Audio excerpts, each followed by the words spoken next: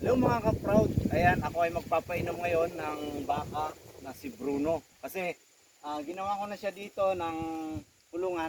No, lang rin. Ginawa ko na siya dito, pinagawa ko na siya dito ng division doon sa aming sa aming torrent. So bali yung mga baka diyan sa loob ay hanggang doon lang sila kasi may pinto doon. No? Tapos siya dito lang siya. Pero sa gabi, bubuksan ko siya para makapangasawa. Kasi ang purpose naman talaga namin dito ay makapangasawa siya doon sa mga existing na baka na nandito sa loob. Ayan. So tawagin ko, Bruno! Bruno! Oh, tubig! Tubig! Hoy! At ayan, magulo yung aking mga piggy. Uy! Oh, dili! Dito! Bilis! Unahan ka ni Wonder Pig, oh! Bilis! Oh! May pulard na to kasi ay, may lang pinainom ko to kanina. Kaya lang hindi niya inubos yung tubig kasi naghahanap siya ng darak. Ayan, pulard kung tawagin sa amin, no? Darak, ayan. Oh, yan, uminom ko siya. Pasok ko ng pusi niya. Oh! Ay! Wala, galit ko sa baka. Baboy, galit yan. Ay, gulo-gulo. Yan. Ito si Wonder Pig.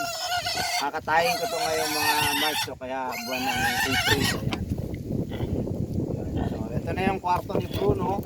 At dito, dinadalan ko na siya ng pagkain. Tapos dinadalan ko siya ng tubig. So, medyo mahirap kasi nga ang tubig namin dito ay pinapaakyat ha. Binubuhat ko kasi nga hindi makaakyat dito sa area namin. Yan oh, makita nyo. Yan, mauubos niya na. No? Malakas siyang uminom pagka may darak ng malakas siyang uminom kapag may darak, no? Yung pullard, no? Yan. So, mamayang gabi, pagka papapasok ko yung mga baka na nandyan sa loob, ay bubuksan ko naman yung isang pinto, yung nandun sa likod. Yan, bubuksan ko yun doon para makapangasawa siya. Pero tingin ko, ewan ko lang kasi medyo mapayat siya ngayon. Pero naman kahit payat, bumabanat. O, diskarte na ni Bruno yan, no? Yan. O, tapos dito, meron din akong project dito, no? Ito yung aking panibagong project dito na pinapagawa. Actually, ginagawa namin. Kasi natulong din ako. Yan, ito. Ito ay gagawin kong taniman. Taniman ng gulay. Tapos yung doon ay tataniman ulit ng leafy grass. Kung makikita nyo, tingnan nyo, meron ng nakatalim. Kaya lang medyo madalang. Tapos namix ko namin mga baboy. Yan. Mga baboy, itong mga native pigs pala ay malakas kumain ng leafy grass. Nakain nila yung mga katawan ng leafy grass.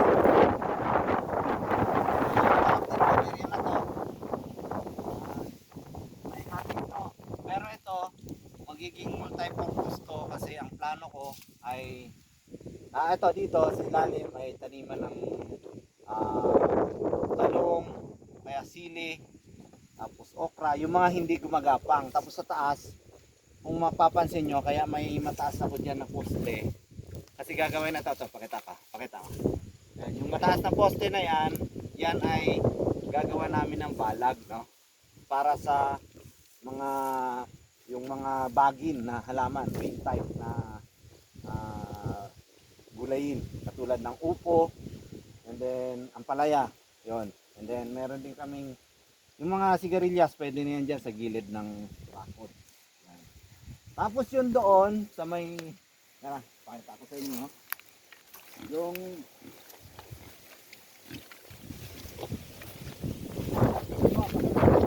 doon sa doon kasi dalawang tomate. Kalahati nito ay gagawin kong giant chicken coop, no? Giant chicken coop sa ilalim para double focus din tayo. Sa ilalim ay leafy grass. Ito ay testing lang naman, effective, pero kung hindi ay i-give up natin yung isa. Focus tayo doon sa isa lang. Yan. Ito yung aking ibang mga yan. Ito yung aking ibang mga kambing na nandito. Yan. Kapag ka nalagyan na namin ng bakod to, possible na hindi na siya tatawid dyan kasi may nagtatanim din dyan sa bandang ibaba. No? So, lalagyan ko to ng hog wire. Yan dyan, may hog wire na yan dyan. Ang purpose nito, pwedeng baboy. Kung makikita nyo, nandito na rin yung baboy sa loob, di ba? Ayan o, pakita mo. Yan yung aking mga native pigs.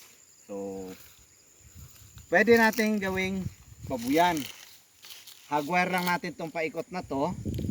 Kasi ito yung dating turel ng baka. So, nausod yung turel doon. Na-move yung turel. Banda roon. Yan. Tapos, ito ay napabayaan na. Nag-collapse yung bakod. So, nag-collapse yung mga bakod. Kaya ngayon, ito ay inaakyat na, ay tinatayo namin. No? Tinatayo namin. Yan, ito pa. Ito. Against the light kasi tayo. Ito. Yan, ito. Tinatayo namin ulit yung mga bakod. Yan, ito. May alarm ito. Ito ay bob wire. No? Pero, ang ilalagay natin dito ay hog wire. Para hindi makalabas yung ating mga pigi. Yan, pakita mo yung mga pigi natin. Para hindi makalabas yung ating mga baboy at kambing. No? So, pwede natin silang stay dito sa loob. And then, pagka may tanim, i-out natin. Yun. So, yun. Excited ako doon sa aking chicken coop. Giant chicken coop na gagawin. Kasi medyo challenging to sa akin. Kasi medyo magastos to. No? Benta tayo ng katawan. Baka may bibili. Yan. Pero dahil katuwang naman ako, tumutulong ako at kaya ko ring magtrabaho, kaya medyo nakaka-less din tayo ng gastos. Yan. So itong giant chicken coop natin ay papaabutin natin doon sa may tinitirhan ko. Yan. Doon sa may tinutulugan ko. So doon siya. At gagawa tayo doon sa dulo ng bahay ng manok. Kasi sabi ni Doktora Maria Asuncion Beltran doon sa kanyang seminar ay kung gusto mong magparami ng manok, gawan mo ng bahay at huwag mong patirahin sa puno. Dahil paano dadami yung manok mo kung nakatira sa puno? Ikaw daw ang tumira sa puno kung dadami ka, di ba? So yun.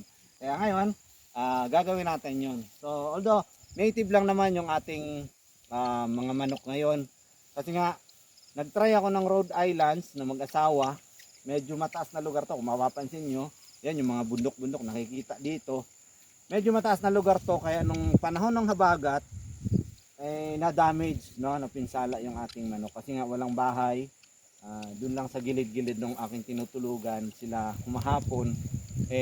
Hindi pala sila komportable sa ganung klase na malakas ang hangin. So, sinipon, isang araw lang, na-deads ka agad. So, nawa ako nakatayin, pinakatay ko dun sa kaibigan ko na pumunta dito. So, pinadala ko. Yun. Soy! Napakinabangan pa nila. So, yun. Yun din yung isa sa mahirap kung mapansin nyo. No? Kung napansin nyo, na-distract ako kasi yung baboy kinagat yung kambing. So, yan yung mahirap din na pinagsasama natin. So, mahirap din talaga yung labo-labo sila. No? Kasi nga, nag-aawayan. So, na-stress din ako kapag may mga ganon na yung baboy aawayin yung kambing dahil na-experience ko yung nanay nitong kambing ko ay pinatay yung kapatid nun, yung nandito. Yan, pakita ko.